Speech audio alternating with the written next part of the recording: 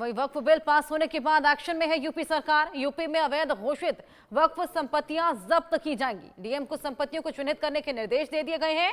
राजस्व विभाग के पास सिर्फ 2963 वक्फ संपत्तियां ही दर्ज हैं। अवैध रूप से घोषित वक्फ संपत्तियों पर यह बेहद बड़ी कार्रवाई की तैयारी है। तो वक्फ बिल पेश होते ही यहां ये बेहद बड़ा एक्शन। राजस्व विभाग के पास सिर्फ 2963 संपत्तियां दर्ज हैं। अवैध रूप से घोषित वक्फ संपत्तियों पर यह बेहद बड़ी कार्रवाई।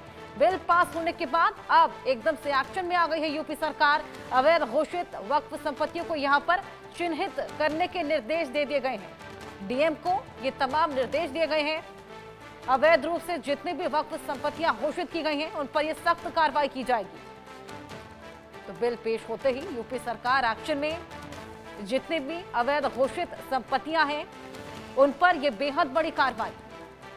डीएम को इसके आदेश दे दिए गए हैं और साथ ही यहां पर जितनी भी अवैध रूप से घोषित वक्फ संपत्तियां हैं उनको चिन्हित करने के निर्देश भी जारी कर दिए गए हैं।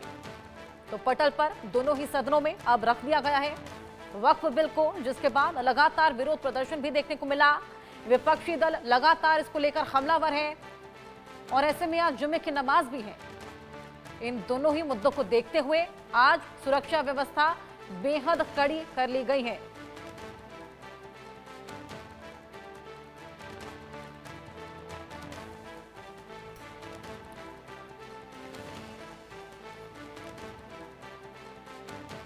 हमारे साथ हमारे तमाम सहयोगी अलग अलग जगहों से जुड़ गए हैं। आदित्य कुमार शाहीन बाग से, प्रदीप पुंडीर अलीगढ़ से, वहीं मोहम्मद शबाब लखनऊ से हमारे साथ जुड़ गए हैं।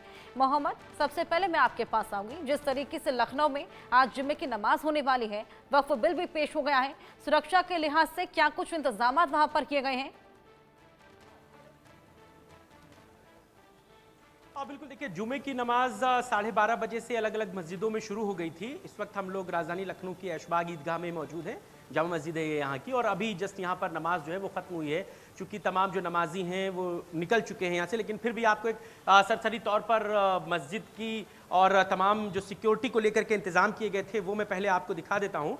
चूँकि वक्फ बिल कल राज्यसभा से देर रात तकरीबन 2:30 बजे के आसपास पारित हो गया, और उसके बाद से जो सेंसिटिविटी थी ख़ास तौर से जुमे की नमाज में वो देखने को मिली। राजधानी लखनऊ की सभी शिया और सुन्नी दोनों मस्जिदों में अलर्ट मोड पर पुलिस प्रशासन था, और नमाजें खत्म होने के साथ ही देखिए पुलिस प्रशासन भी मूव ऑन हो गया। देखिए अभी पीएससी का ट्रक जो है वो यहाँ से जा रहा है। मेरे सहयोगी दीपक आपको दिखाएंगे, कैमरामैन, और पीएससी और यूपी पुलिस लगी हुई थी।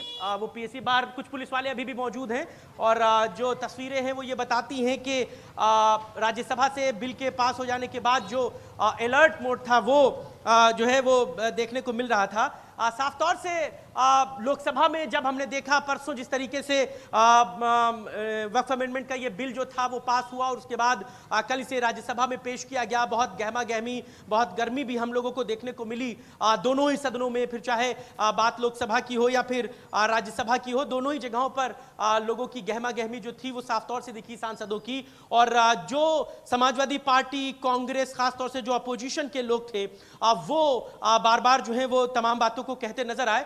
तमाम लोग भी हमारे साथ मौजूद हैं, हम उनसे बात करने की कोशिश करते हैं। हजरत, जो वक्फ बिल राज्यसभा से पास हो गया है, अब उसको राष्ट्रपति के पास भेजा जाएगा, मोहर लग जाएगी, वो कानून बन जाएगा। कैसे देख रहे हैं आप इसे, किस तरीके से आपका नजरिया है? कि देखिए, इसके लिए Muslim all India Muslim personal law board के ज़िम्मेदार और मुस्लिम तंजीमों के बहुत से ज़िम्मेदारों ने उसके अंदर तब्दीली करने की बहुत सी चीज़ों के बारे में कहा है। जैसे वक्फ बाय यूज़र है, इस तरह की चीज़ें हैं कि जिससे एक बड़ा नुकसान हो सकता है, तो इस ख़तरे को जाहिर किया गया है। लेकिन बहरहाल अभी जो लोकसभा के ज़रिए से और राज्यसभा के ज़रिए से बिल पास हुआ है, आगे अभी मोहर लगना बाकी है। इसके बाद भी अगर कोई मामला आता है, हमारे बड़े इस सिलसिले में जो मशवरा करेंगे, उस मशवरे के एतबार से कोई बात की जाएगी।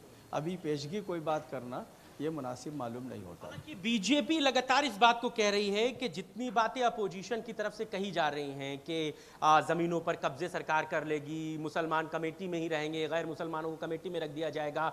बीजेपी लगातार इस बात को कह रही है कि अपोजिशन और कुछ चुनिंदा धार्मिक उलेमा इस पर माहौल बनाने की कोशिश कर रहे हैं। ऐसा कुछ भी नहीं है, ये सारी बातें झूठी हैं, ये सारी बातें अफवाहें हैं। लोकसभा में भी और राज्यसभा में भी किरण रिजिजू जो मंत्री हैं अल्पसंख्यक कल्याण के, उन्होंने बार बार इस बात को कहा कि लोग भ्रम पैदा कर रहे हैं मुसलमानों के बीच में।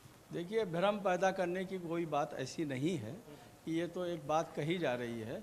जब ये बिल आया था और इस सिलसिले में जो बातें कही जा रही थी, हुकूमत के जो बड़े हजरात हैं वो अगर ये चाहते कि मुसलमानों के ख़ास तौर पर जो पर्सनल लॉ बोर्ड है या जमीयतुल उलमा है या मुफ्तियान किराम हैं, इन सब की एक बड़ी तादाद और उसके बाद उनकी राय मालूम करते, और जो लोग इसके जानकार हैं उनकी राय मालूम करने के बाद उसके अंदर कोई तब्दीली की बात कही जाती तो उस तब्दीली की बात को लेकर उसको तब्दील करके लाते तो सब लोग इसका इस्तकबाल करते। लेकिन यहाँ ऐसी कोई बात मानने की बात नहीं सामने आ रही है, तो इसलिए सब बेचैन हैं कि अभी जो बात कही जा रही है तो उस बात पर कितना अमल होगा कितना नहीं होगा, इस बात में लोग शक के दायरे में। क्या नजरिया रखते हैं आप इस बिल पर? क्या ये सोचते ये हैं कि all India Muslim personal law board की तरफ से जो कहा गया था कि उसका विरोध किया गया था और उसकी ज़री सी भी बात नहीं रखी गई, और जबकि 232 सांसदों ने इसका विरोध किया है, तो इसका मतलब यह है कि 232 सांसद जो है वो सबके सब गलत तो नहीं है, और मुस्लिम पर्सनल लॉ बोर्ड इसका विरोध कर रही तमाम थी। तस्वीरें तो लखनऊ इसको से इतनी आपने हमें जल्दी से दिखाई और शांतिपूर्ण तरीके से जुम्मे की नमाज वहां पर अदा कर ली गई है। आपके पास वापस लौटेंगे।